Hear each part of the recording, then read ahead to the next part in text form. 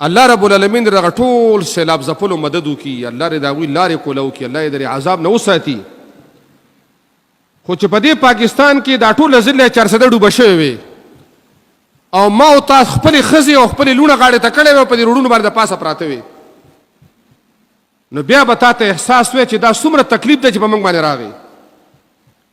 نن د هغه مسلمانانو کور، هغه کور او هغه آبادي چې هغوی په 13 کالو کې ځان له جوړ کړی وو، هغه سړکونه چې د پاکستان جوړ کړي وو، هغه پلونه هغه د سیلاب په ضد کې رالل.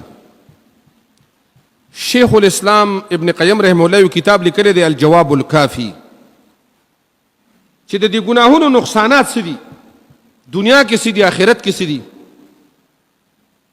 نو په هغې کې یو خبره د موسی علیه السلام را نقل کړې ده.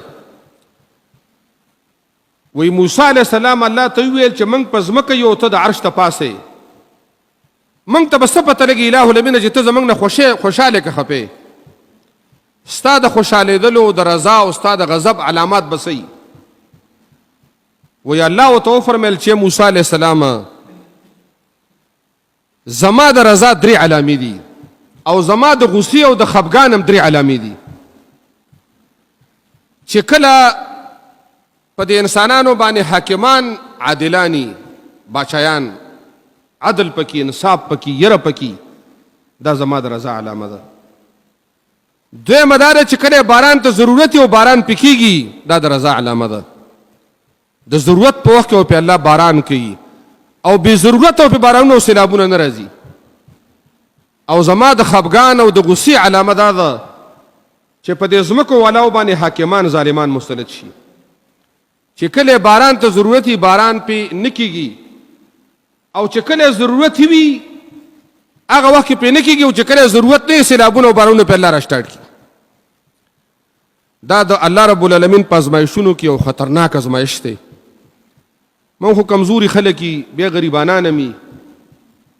په دې ملک کې تاسو دا کورونه ګورئ یا دا ودونه ګورئ یا دا سامونه ګورئ، هر سړی صاحب روزګار سړی قرضدارې ګرځي، چې چا ځان له یو کور جوړ کړی او یا د یو کورکي ځای ځان له پاکستان کې اغستی، نو که دی صاحب روزګار هم دی، دی دکان کوي، دی نوکر دی، بیا هم 95% خلک په قرضو کې ډوب پراته دي.